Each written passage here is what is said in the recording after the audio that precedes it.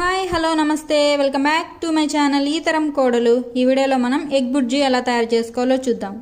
Egg bhurji అంటే ఏమనుకుంటున్నారా? అదేనండి, కోడిగుడ్డు పొరుటు.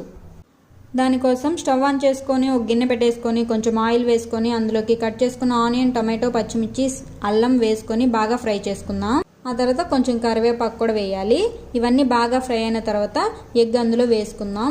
కొంచెం సేపు ఉంచిన తర్వాత ఒకసారి కలుపుదాం.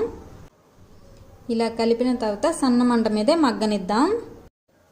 ఆ తర్వాత ఇది కొంచెం బుర్జీలాగా అయిన తర్వాత అందులోకి సాల్ట్ వేసుకొని ఒకసారి బాగా కలిపి ఆ తర్వాత ఇది బాగా ఫ్రై అయిన తర్వాత వెల్లుల్లి కారం వేసుకుందాం. అంతే అండి, ఎంతో టేస్టీ అయిన egg bhurji ready. Simple and easy recipe కదా. పిల్లలు పెద్దవాళ్ళు అందరూ ఇష్టంగా తింటారు.